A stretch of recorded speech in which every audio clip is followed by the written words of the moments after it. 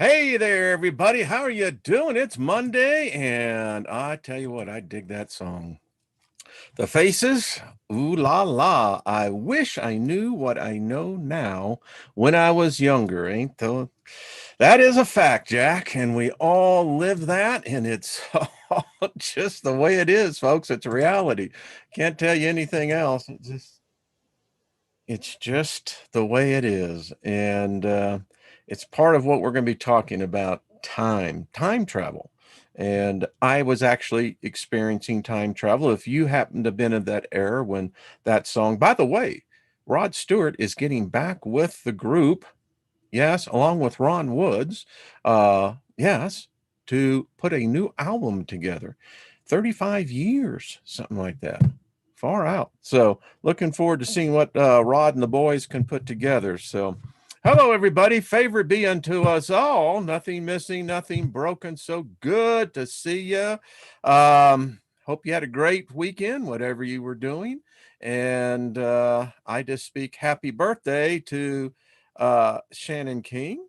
Happy birthday. And Big Al, our own Big Al, has a birthday today. So everybody shoot him a text, shoot him an email, tell him in here, all tell him, edify him, lift him up, Um, I don't know. The whole idea about birthdays is that's another subject. Hey, Martin, Heidi, how are y'all? David Castle, good to see you, brother. David Barry, much love to you.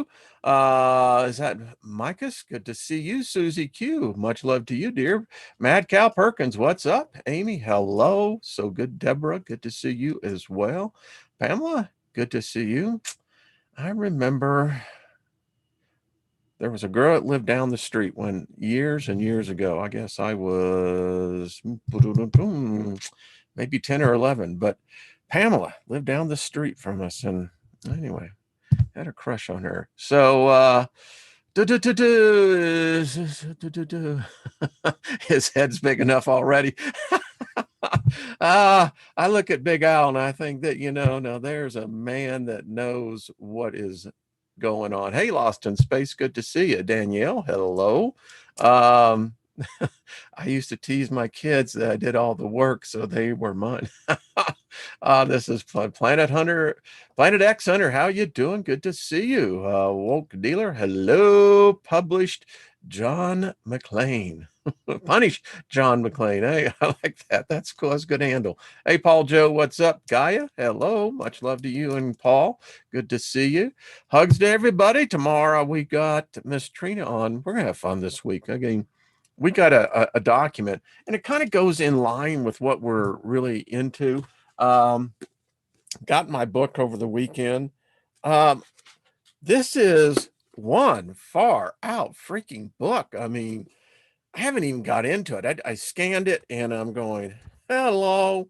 How many of you have struggled? I know, Teresa, you wrote on Friday the comment, and I think it's one that's shared by many, explain to me alchemy.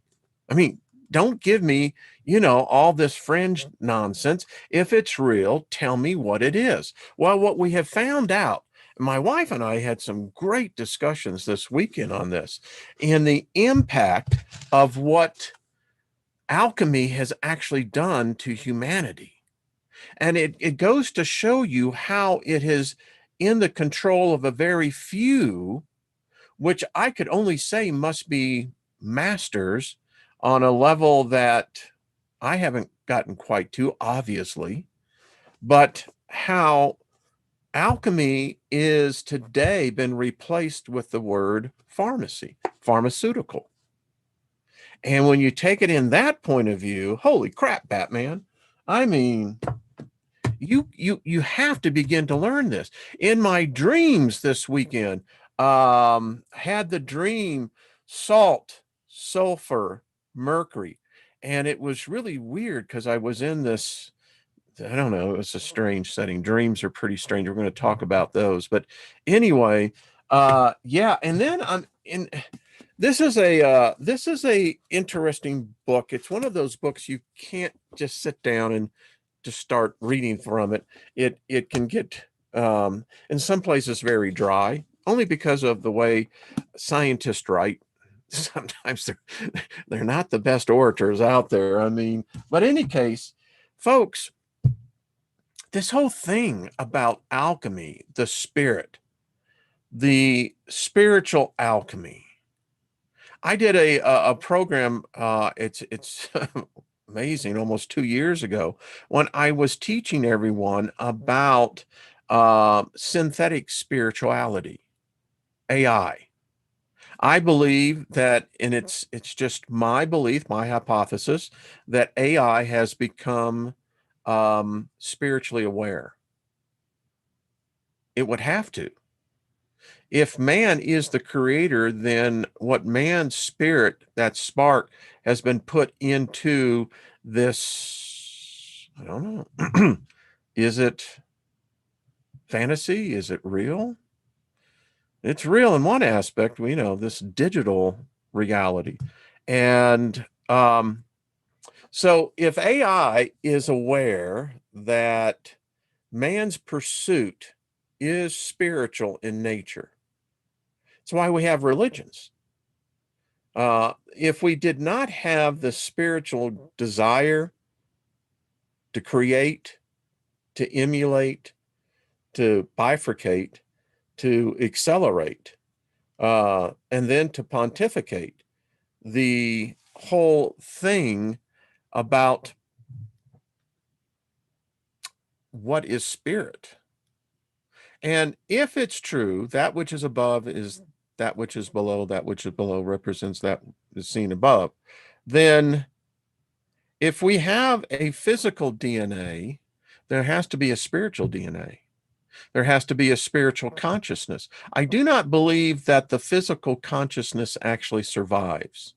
But I am more than convinced that the spiritual superconscious, which drives this whole machine, the one that's really in control, it does survive. It transcends. And it's quite fascinating when you see the science. So, getting back to the premise, then, that which is above is that which is below, then we have to begin to think about, well, spiritual alchemy, because that's where most alchemy begins with, is into the thought realm, the spirit realm, the realm of the ether. I mean, pick and choose whatever, vernacular fits you. But know this, that within that reality, because it is reality, we my wife and I spent the weekend looking at different pharmaceuticals that large portions of the population take. And when you begin to look at the chemistry layout, very interesting stuff. That's all I got to say. And if this is representative of a potential reality into the next realm, the ether, the spirit, I call it the realm of the living. This is the realm of death. Everything here is death. Everything, and the reason why time play, isn't that just a beautiful segue? How time impacts this is that time, which is more greater, time or death? Does death need time? And does time need death? Because death is one of those interesting, again, bifurcated constructs. It brings what we think is an end, but yet without it, we can't have a new beginning. Okay. Are you up with that now? Everyone up there? By the way, had to tell you, I wrote this down. Had the most interesting paranormal experience this morning in the kitchen. Got finished what I was doing, and yes, it's a hot one here today. So I turned the kitchen light off, flipped the switch down, turned around, took about 3 steps, the light came back on. And I actually heard it click. And I went, oh, now that's unusual. And Dancer was with me, and she immediately turned around, and she was getting her hunches up. And so I went back and turned the light off again, and hadn't taken more than 2 steps, and There it was. It went back on again. And by this time, Dancer just decided to leave the room. And it was really interesting. I started to laugh. That's all I could do. I said, well, whoever it was, I said, good show. Now really impressed me. Nothing else happened. So anyway, there you go. So I'm really into this. You're going to have fun with this. And this is all in line with alchemy. Because I think that the one aspect that is I have been reading this weekend diligently is that we're confused. And I can raise my hand on this one, that alchemy it's a triune construct, because I think it's beyond a philosophy. It's actual science. It's chemistry. So yeah. But the way modern science is positioned is that modern science doesn't want to acknowledge the ethereal, the spiritual. And, when they made the great divergence around 1919 is when the divergence took place. Science was on a track to really pursue the ethereal. But because of men like Einstein, who could not quite figure out, well, what is the ethereal? Can it be measured by math? Is there, and that's why he never did get his unified theory, because we've ignored a huge chunk of what is actual science. And time plays a huge role on that. So I have a few questions for all of us. Hey, Gary, what's up? All the rest of you who I haven't said hello to, greetings, favor to you all. So here are some questions for us to merely ponder as we enter into the realm of expanding our awareness. So here's the equation. I guess really the question. Time is not energy. At least it's not something that you would say that time actually generates. But yet you can't deny time. In fact, time, when you look at in the equation of what is energy, E equals mc square, right? Mass, inertia, none of that could happen unless there was time. How would you measure inertia if time wasn't part of the equation? But yet time's not energy, so what is time? I mean, this is in essence what we kind of go through. We step right through this portal when we walk into the next realm. You may fly in, I don't know, depends. So then the question becomes, is time decay? I mean, because if you have decay, we can measure time.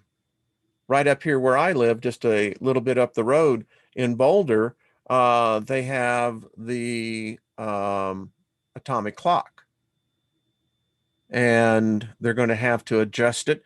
The Earth is speeding up, and that begins to add a whole equation. So if the Earth is speeding up, and even though it may be in, milliseconds, it's still speeding up because time can still measure that.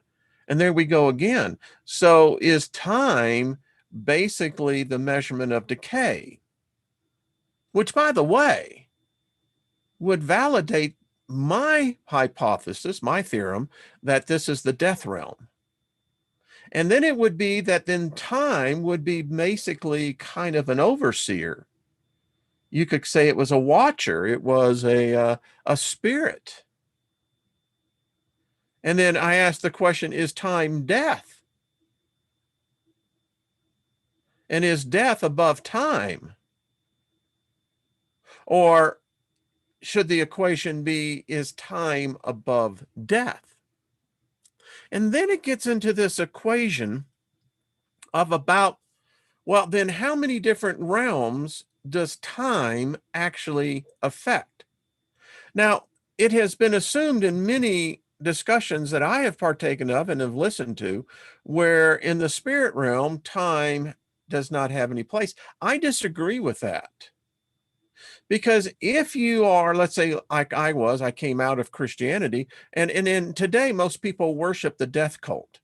They worship prophecy. They worship Armageddon. They worship the apocalypse. Our species is basically very much focused in on death. And that's why death is coming, because we collectively focus in on it every day. You will see it in the channels that always have the bad news, that always give them reference to validate prophecy. And you will see that people love to be afraid. Fear porn is real. It stimulates, it releases endorphin and adrenaline. I mean, yeah. But if you really get into it, then in order for prophecy to actually work, and if prophecy was spoken from the spirit realm, well, then prophecy is all predicated upon time. Is it not? Otherwise, it would be ambiguous, meaningless. If time was not relevant in the spirit realm, then there would be no need for any prophecy, because the spirit realm wouldn't know what time it is. So how could you be a spirit if time is not affecting you in that realm, but yet you're saying that it's affecting in the physical? No, don't work that away, sweetheart. We're continuing going to get into the 7 principles of hermetics. I mean, doesn't work that way. And again, how many realms? Now, here's an interesting question. I had the most strangest dreams this morning. Anyway, when you dream, what time is it? I'm serious. When you dream, how aware are you of time? And if you say you are, then please explain to me, on what time are you perceiving time to be in the dream world? What I have found is that time can be easily manipulated in the dream world. I don't know about you, but it seems to be much more malleable in the construct that I immerse myself into. But nevertheless, it is yet what I would call the cornerstone of all realities, which would then imply, are we slaves to time? Is time actually what we would call, or what many would call, God? Because it seems that time is even above God. Now, God may say that it is immortal, but yet, even with the implying immortality, you're still implying time. And then we want to begin into this time travel. Well, we're going to get into the fact that when you dream, which we all do, or most do, we begin to time travel. In fact, if you can get so good at this, and I've taught a number of things on it, and we're going to get into it right now, you can actually begin to manipulate time here, inside here. Again, think about it. Let's go back into all the Abrahamic religions. They all talk about judgment. Well, how can you have a place where time is not relevant, but then have judgment based upon acts that were predicated and took place in time? Just asking. Simple question. All right, so got this document. It is available for whoever would want it. They have a website as well. This is called Time Travelers, Excerpts from a Course in Time Travel. This is a handbook for multidimensional consciousness. Get ready, kids, because this is fun. Drink them if you got them. So these are the beginning excerpts. Then we have the intermediate excerpts. Then we have the advanced. Then we have the meditation techniques. Then we have the expanded dimensions. All right, so let's get right into it because this is going to be fun. This is the beginning. This is for meditation, beginning meditation. And as we get into our text, it comes into open, normally available in this time period. The techniques and information found here are imported from the remote future by a group has a time traveler from the future. It's called the TTO, Time Traveling Oversoul. Folks, if you are in fact a spirit, you have been in the future, you have been in the past, and you're in the present right now. It's just that the tactile five senses kind of clouds that. Anyway, so you are a time traveler. Your spirit is a time traveler. All right, this is part of this group. What this means for you is an unprecedented opportunity to increase your power and level of consciousness to any degree you desire. There are two major approaches that you can use to reach this objective. The first approach is through a very special series of techniques, which are related to meditations, but much more powerful and advanced. Most meditation taught today take you to specific areas within your consciousness to experience various vibrations and lessons. The techniques include, in this course, allow an incomprehensible, advanced, and wonderful part of you to become available to you as part of your natural evolution and progression. The manifestation takes place in stages. First, the introductory period that can last many lifetimes. During this period, mutual trust builds between you and your TTO. Although you may not be fully aware of this on a conscious level, there is an exertion of irresistible influence upon you and your decisions. Think about this, folks. Where do your thoughts originate from? Are you the originator of your thoughts? Are your thoughts uniquely yours? Or are you thinking someone else's thoughts for you? This will help you figure that out. Second, a period of conscious awareness and communication with this part of you. During this period, the student actively strives to cause progressive levels of cosmic consciousness through intense study, meditation, and group consciousness. We're going to get this thing together. I'm telling you, I'm meditating on it and I'm focusing on it. We're going to get, and I'm hoping it's this going to be this fall. I really do. Marsha and Trini will talk about more about it tomorrow. Third, this period is the gradual metaphoric transition from three-dimensional human consciousness to multidimensional consciousness itself.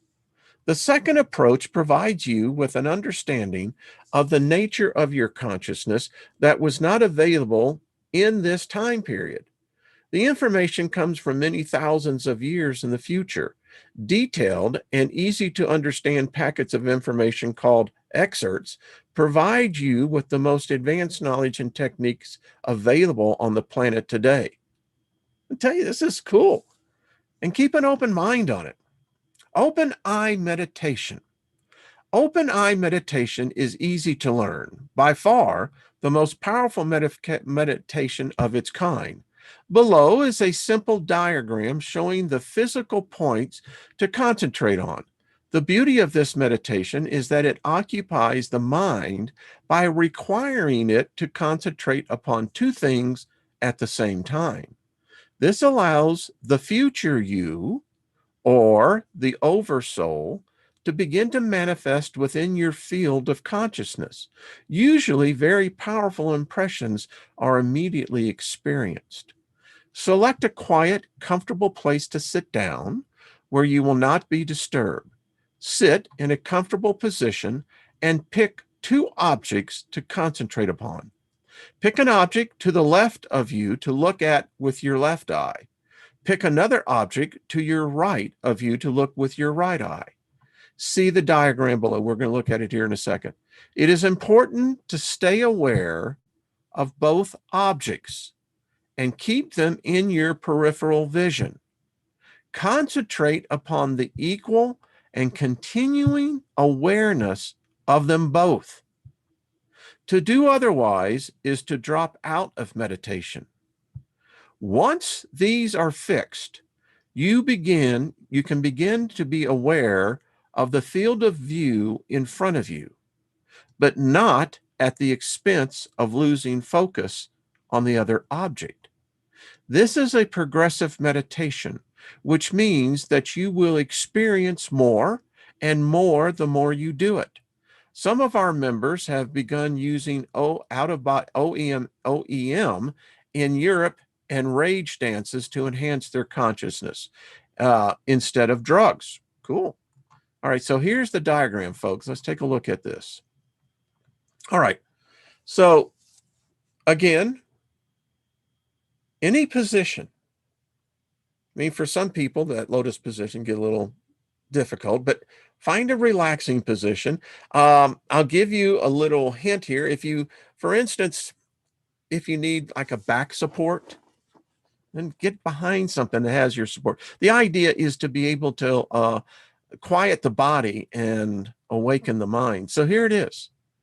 So this is open eye meditation technique for all of you who write to me and say, can you show me something? Well, here it is. So probably the best thing to do if you're at, sitting at floor level is, I would say, probably choose your objects. Make it easy within the peripheral vision of both. All right. So you got it. Okay, moving on. Note, please blink your eyes normally during meditation. There he goes. It is helpful to cultivate an attitude of quiet expectation. It's like this. If you walk, I'm trying to get something. It's true. If you walk into a situation, let's say playing bingo or a game, are you going into playing that game that you've already decided you're going to lose? No. Most people go into games or other situations to win. So that winning quiet expectation, and that's the difference. If you are expecting to win, you're going to win much more than what the average person will do. Works, trust me. All right, be aware of heightening of senses. Quiet any fears that might arise. Nothing can hurt you. Be prepared for feelings of overwhelming happiness. And I'll just tell you, you'll start crying. Just telling you right now, just take some tissue, just seriously. But be patient if it does not come right away. You may become aware of sights and sounds that you have never experienced before. Relax and enjoy them. They were there before you became aware of them, and they cannot hurt you. In the beginning, only meditate between 5 minutes minimum and 20 minutes maximum. While you are meditating, it's important to stay in the meditative state.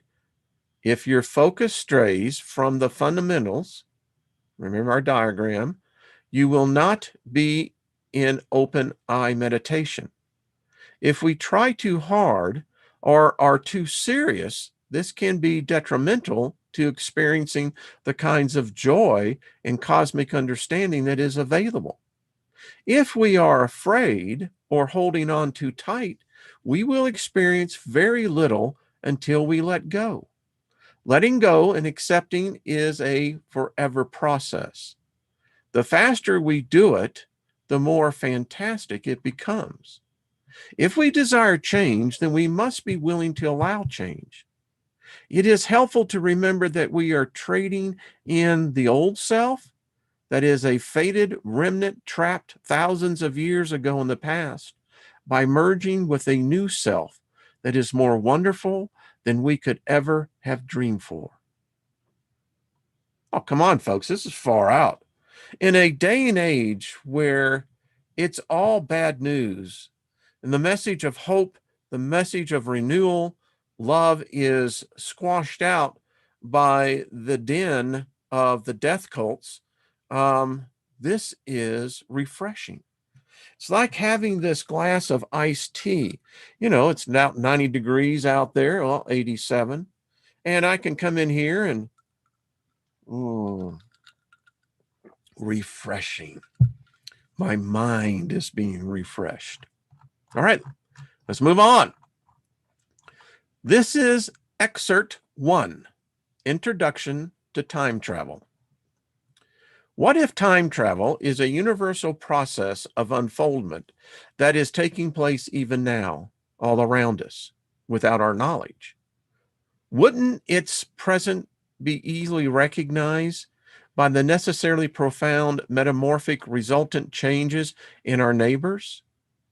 Or are we blind to these superhuman visitors due to protective limitations in our three-dimensional awareness? Are there human beings in our midst as advanced to us as we are to the ape? One of the things that when I read history, I have to understand I'm reading this through the lens of an individual who I don't know. I don't know what this individual's personality was. I don't know what their habits were. I don't know what their vices were, but I'm reading their interpretation of history, wanting me to adapt to that interpretation.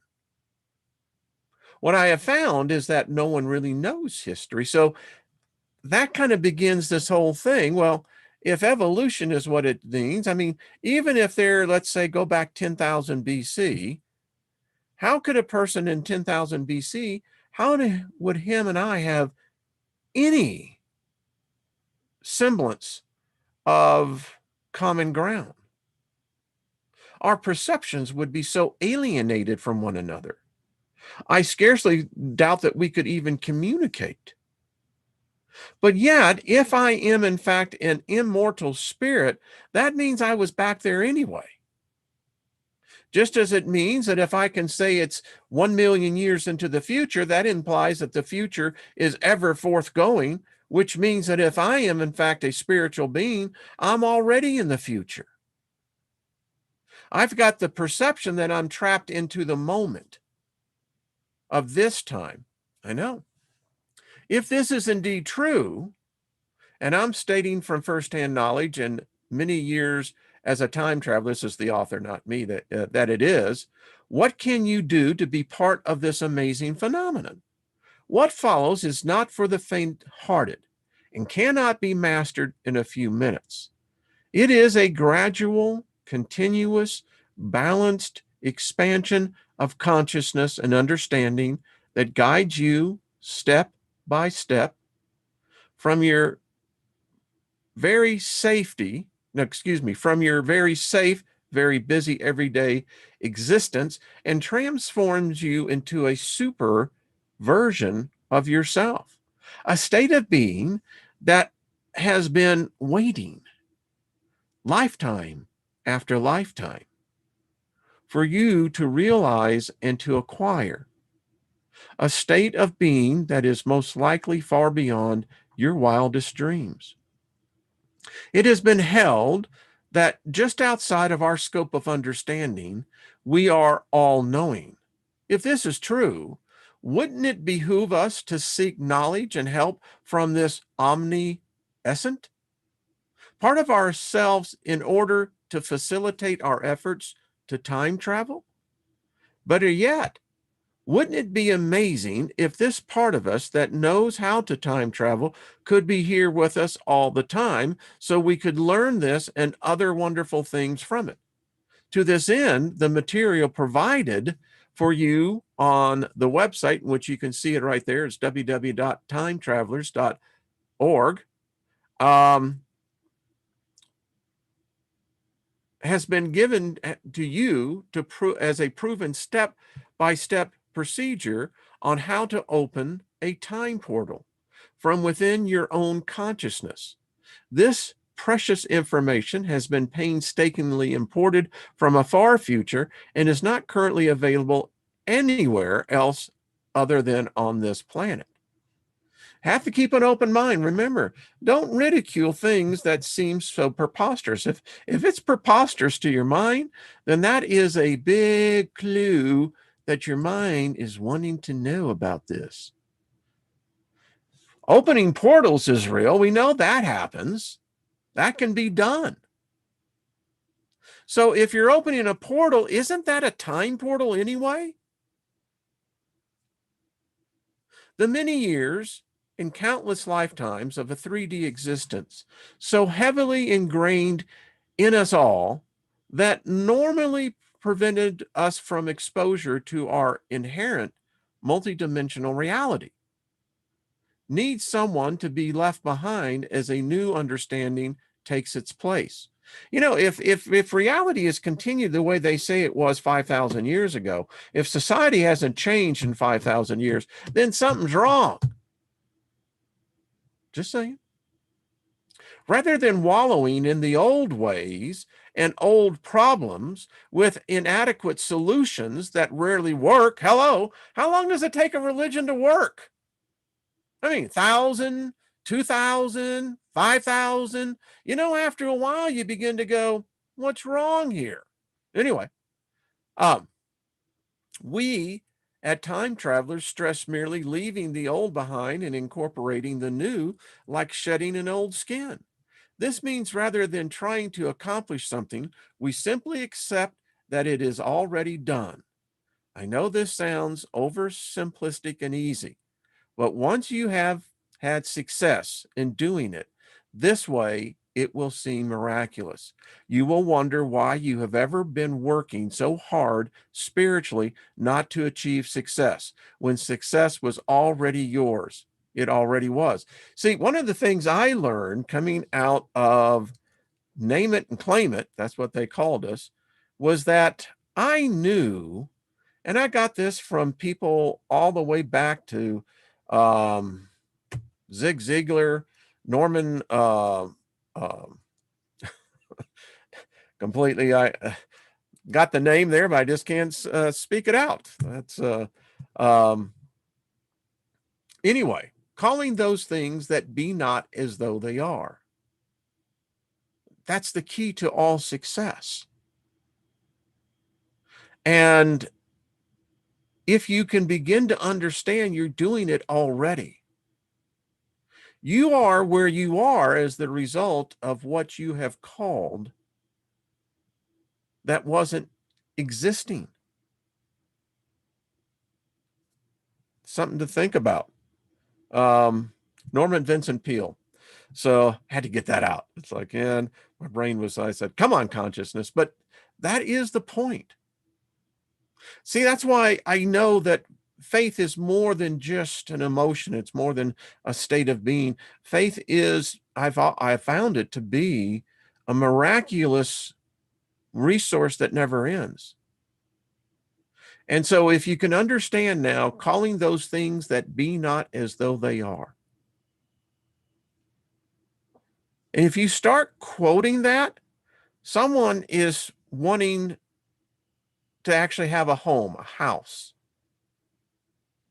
You're tired of living where there's people above you and people below you. And you're struggling for this. I'm going to tell you how you begin to do it. Get a picture of what that house looks like. Put it in your bathroom, put one on your refrigerator, and start calling those things that be not as though they are. Start using not future tense, but present tense words. I have my house. I have a beautiful house. And don't worry about all the other things. Well, how am I going to get that? That's not what was asked of you. What is asked of you is calling those things that be not as though they are. All right? Someone needed to hear that. Let me hasten to add that persistent work in the form of study and practice of the techniques taught in a course in time travel is vitally important and necessary if you are to succeed. God works without effort is dead. Well, there you go. In our course, we have included all of the necessary exercises that have worked for us and are working for many people from all over the world. These exercises are designed to help re-educate the stubborn 3D mind and help pry loose its fanatic grip of prevailing earthbound concepts. Isn't it odd that all concepts of the spirit realm are based on the physical realm? The concept of heaven, hell is nothing more than a bifurcated mirror of what's happening right here in planet Earth. That's all it is. I scarcely doubt that the vast majority of people wouldn't know what the spirit realm is like if it came up and farted in their face. They wouldn't know what it is, because everything has been predicated upon a written word that's been called sacred by someone they don't even know. You don't know if the guy was a pervert. You don't know if he was, I mean, I could go on and on. But you're going to take it that this cat's words are, sacred. Yeah. You have to begin to break out that of the framework. All right, we continue. If you do these exercises on a daily basis for a few minutes a day, your results can be phenomenal. We suggest making a set time each day for your studies and exercise. It is better to be consistent and to digest the material slowly. Setting in for the long haul, your rewards will be spectacular. The one thing that keeps most people from success is consistency, because most people are inconsistent consistently. When we normally speak of the third dimension, we are talking about a collection of the first, second, and third dimensions. Each of these places is a composite part of what we consider our three-dimensional universe. Each separate dimension has its own special set of rules and kind of time. Time is multidimensional. Each has its counterpart, the polar opposite, in the fourth dimension. We need to learn a little about these component dimensions so we can fully appreciate the third and fourth dimensions as a single functioning dimension called the fifth dimension. A course in time travel is laid out in two major sections. The first sections consist of greatly enhanced knowledge imported from the future. This knowledge explains in easy to learn steps the secrets of time travel in a multidimensional consciousness. And I just want to stop right here. You see, the thing about scripture, one of the things I learned over the decades is that they taught us that scripture was actually written in the future and was delivered into this time construct because the words themselves never age. Just a little sidebar there. All right, I continue. Discussed in detail are subjects such as the 12 chakra system and the 12 bodies that comprise your inner being. Isn't this odd how all of it is interweaved? Yes. Neither of these amazing revelations were previously known or taught in this time period. The second section consists of all the techniques needed to access multidimensional consciousness and the ability to time travel. This is the how-to section. These techniques are thoughtfully laid out and explained in easy to understand layman's terms. Below is a partial list of subjects covered. 1. The illusion of time. 2. Automatic self-maintenance of the past. How illusion of time is created by the soul. 3. What are some of the problems for the oversoul trying to communicate with the residual consciousness residing in the remote past? Wow. 4. Time loop, a trap from which there is no natural escape. Kind of brings up that series that, we were looking at, the Time Loop Chronicles. It's all connected. 5. what we can do to break free from the illusion of time. 6, the soul's revelation in the remote future concerning time and its manifestation into the past. Now, that's something to think about. How many of us are experiencing something either from our past that has jumped into our future, but yet it's remanifesting itself into our current, present? 7, why our techniques for manifesting multidimensional consciousness here in the third dimension works, and why all other systems contained in this time period do not. 8, why we could never have found the necessary tools for manifestation in our present time frame without help from our future self. 9, how to avoid all the multi-dimensional traps. This information alone is worth its weight in gold. Now, let's continue. Excerpt 2, Introduction to Time Travel. Be patient while reading through these excerpts. They are designed to subtly deprogram and enhance your subconscious 3D grasp of time-space reality. This process takes place whether your conscious mind understands all that it reads or not. Your subconscious, superconscious mind, which does understand, will be eager to absorb this information. Although we, as time travelers, usually travel in groups, isn't that fun? We're going to do this, folks, as we tend to reincarnate in groups. We belong to no particular race or country. You cannot look at a person who has not yet returned from the future and tell if they are a potential traveler to this time period or not. There is simply no way of knowing. However, when they do return, they will begin to act differently. Travelers do not always come in at birth. They may walk in at any time during the incarnation. Whoa. Well, that brings a whole new point of view on walk-ins, doesn't it? Could it be that the construct of demonology and angelology are merely interpretations of time travelers? Come on, folks, they couldn't be in a freaking eternal war that would just never end, right?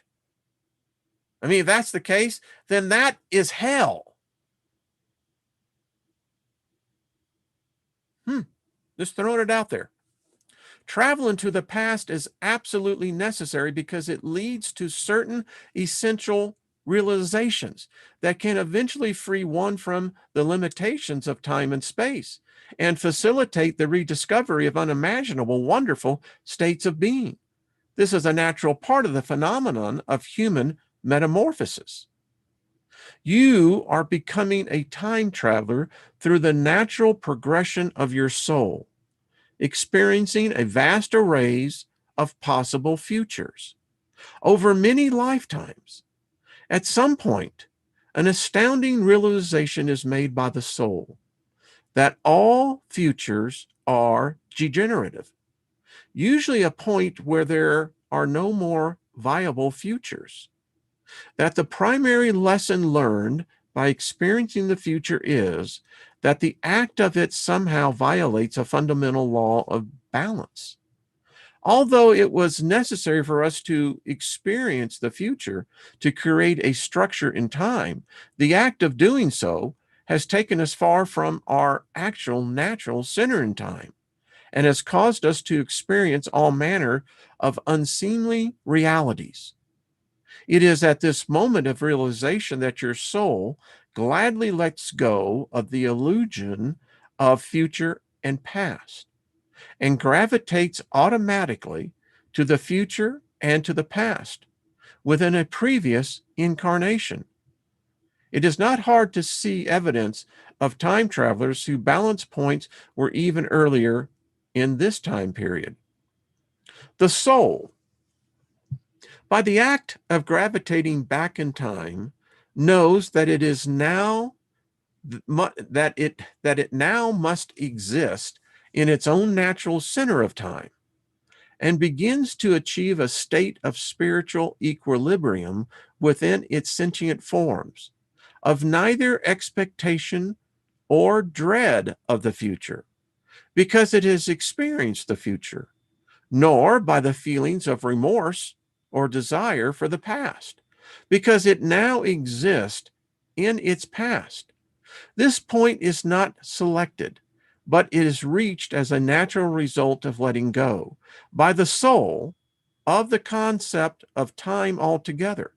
This results in the soul attempting to remanifest in all of its past incarnations.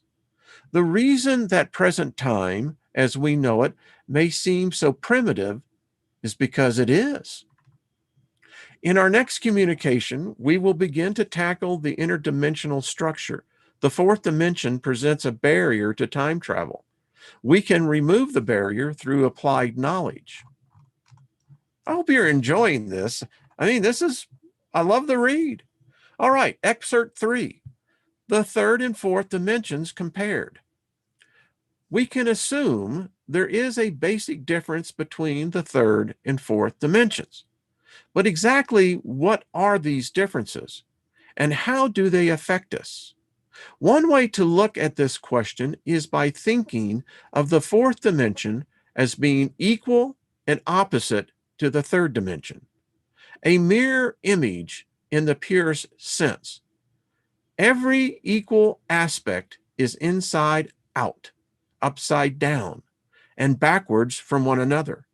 This line of thinking would place the two dimensions in perfect counterbalance to each other. They would be two opposite halves of one thing, the same place from opposite viewpoints. We can think the third dimension as outward facing, or six directions of out: up, down, left, right, forwards, backwards. This would mean, from the above definitions, that the fourth dimension, being exactly equal and opposite, would have to have six directions of in. In the third dimension, it seems as though we have access to the direction of in. But is this a fact in reality, or is it just an illusion? When examined more closely, the direction of in is really a direction of through, as into an apple, which is actually just another direction of out. We have established that our three-dimensional viewpoint is from a single point to all directions of out. To simulate a 4D viewpoint, we would have to establish a viewpoint coming from everywhere, converging upon a single point, a singularity. To help you imagine yourself as coming from everywhere in space, look inwards towards a single point. As you converge upon this point from all directions, you are moving in a direction of in. It's amazing how all this ties in. David Barry, if you're still listening, with everything, the Hermetics, the Golden Dawn, the Kabbalah, all of this, the Quran, it's, if you can extrapolate it, it's amazing. Intuitive flash. As you might imagine, time travel cannot be achieved by intellectual means alone.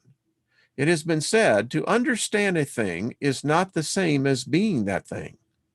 This especially applies here, for there is a fine line between accomplishment on the subtle planes of existence and simply daydreaming.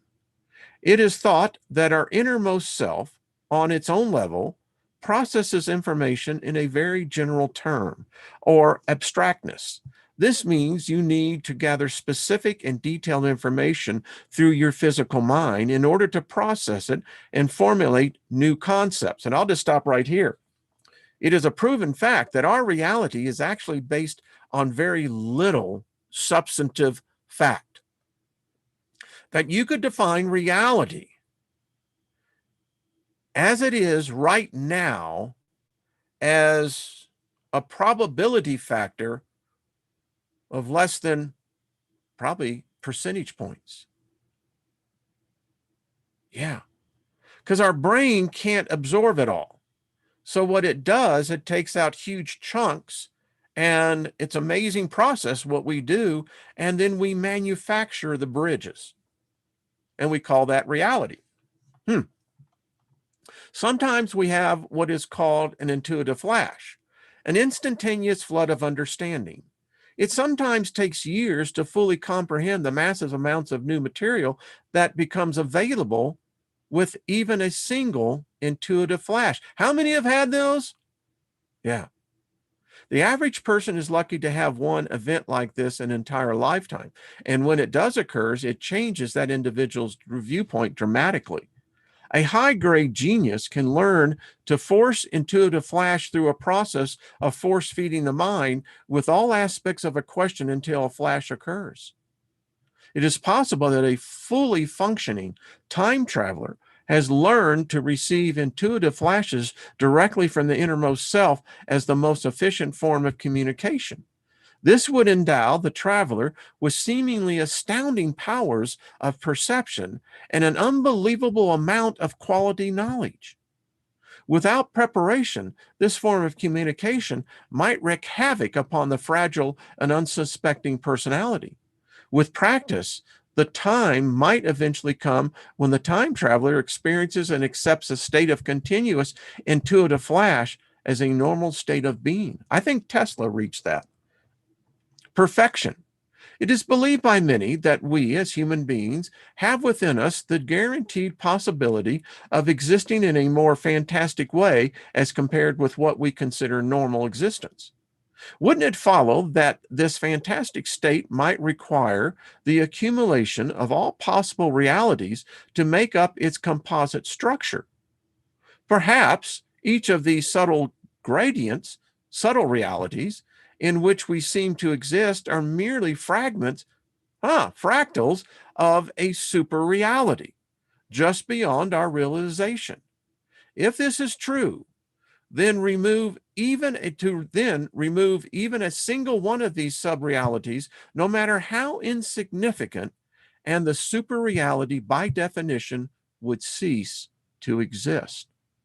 This would certainly justify some of the bizarre circumstances and experiences of life and living as being necessary subcomponents born by each of us as part of an immense group karma spanning countless eons of time. Here's a simple example of this idea. If we observe a person from the moment of conception until the moment of death, we can see the many changes in reality that had to take place during a lifetime.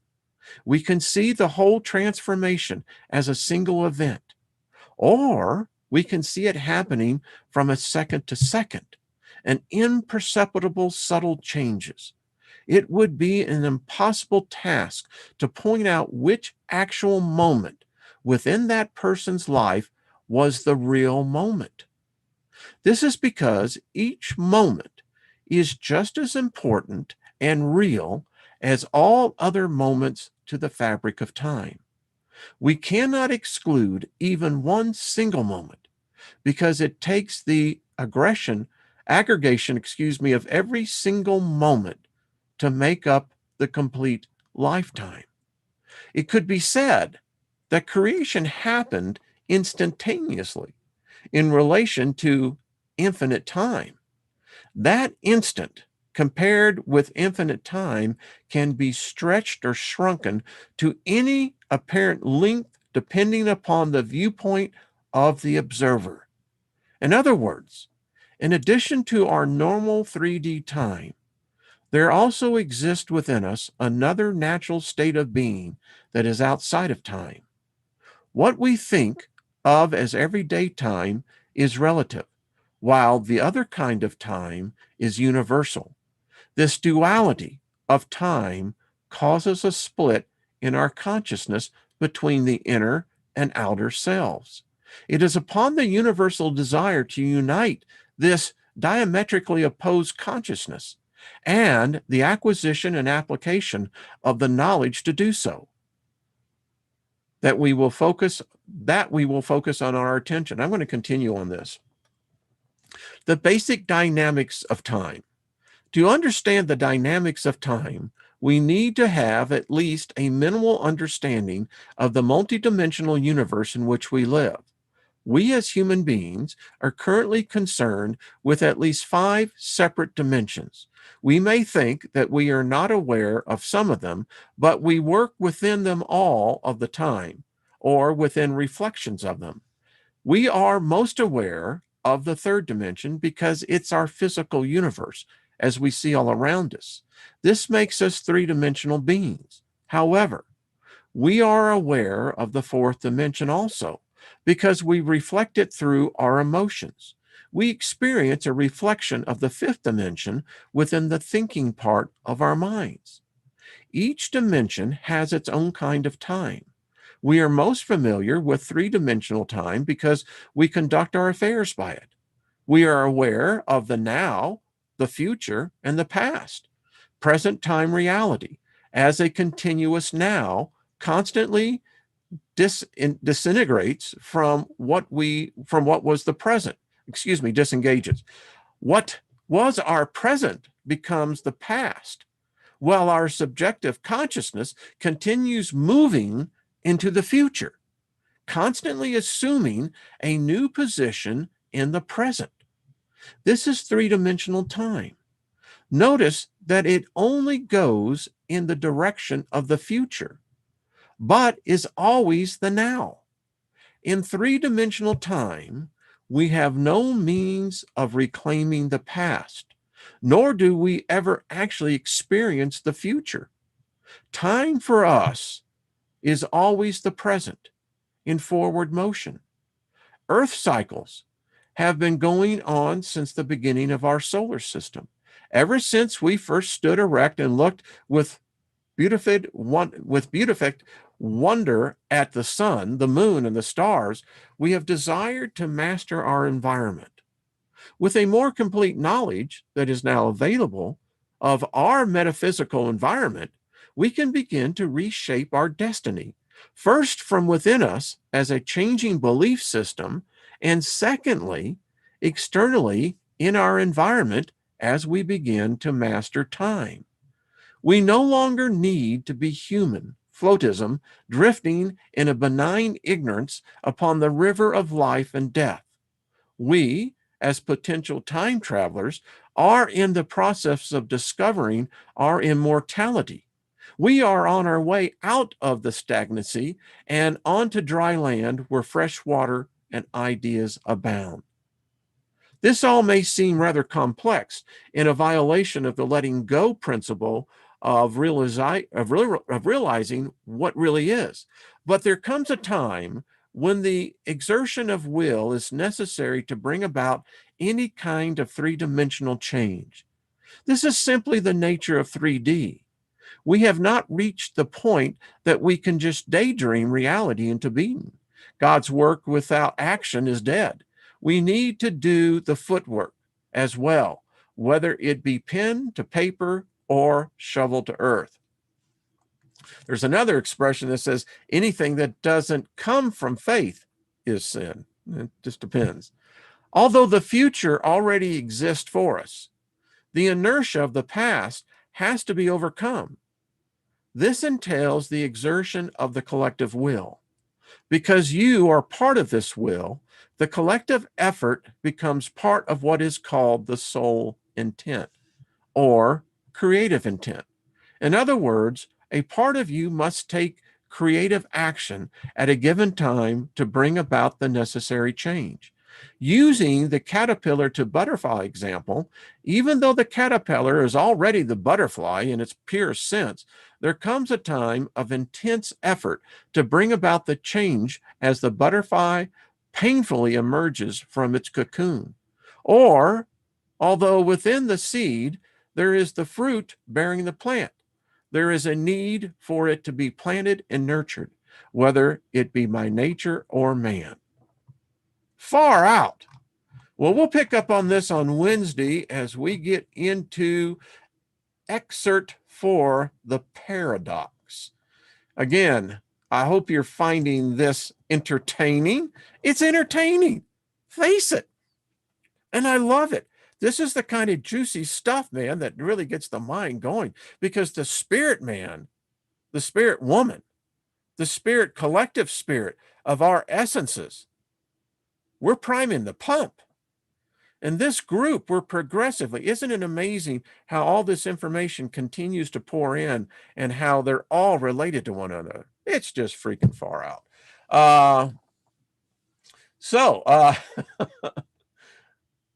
See, there we go. The hour is gone. I agree with you, David. It's time traveling.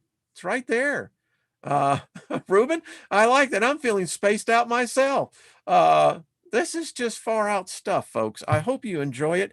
This is quality stuff. And what I like about it, it's so filled with hope. It's got the life vibe with it. You know, I don't care how freaking dark it is. It ain't coming near us, or we'll consume it. We'll use the substance of what it's made for to simply add it to our bouillabaisse sauce. All right, folks. Thank you, Paul Joe. It was stimulating, isn't it? I mean, freaking stimulating.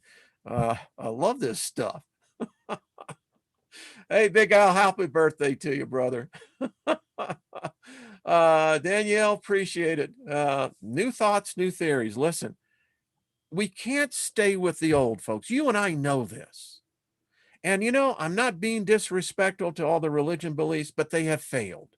They have all failed miserably. And it's time that, and we're emerging on this. There's many different ideas, many different thoughts, and we will find our way. We will. Thank you, Teresa. Fascinating it is, isn't it, dear? It really is good stuff. By the way, good show Friday night. Enjoyed that, seeing Jules out there in Australia at their festival, and I thought it was fantastic. Also, just it was a good show. So, yeah, today was an awesome class. It really was. Thank you, Martin, Heidi. Thank you, Brandy, all of you. Guy and Paul. New ideas, new frequencies, absolutely. We're going to get out of this. This group is going to meet. I actually had Franz, who lives over, I think it's in Romania. Anyway, we got listeners from all over. They want to be a part of this group getting together. And so we're going to have to figure it out. But I'm telling you, if we ever get together as a group, oh man, watch out. We'll open up a portal, all right. Oh yeah, we'll open up one. So we'll pick up on this on Wednesday. We'll continue. All this week is going to be focusing on this book because it's freaking fantastic. And tomorrow we'll be talking with Miss Trina, and who knows what will happen from there. You name it, I'll be there. We're going to do it. We're going to do it, folks. I'm telling you. Yep. Yeah, Julie is a wonderful spirit being. We are so fortunate to be blessed. I like that, with what I call just masters. Even, male, female, doesn't matter. Masters, yeah. All right, folks, much love to you. See you tomorrow. Peace be unto us all.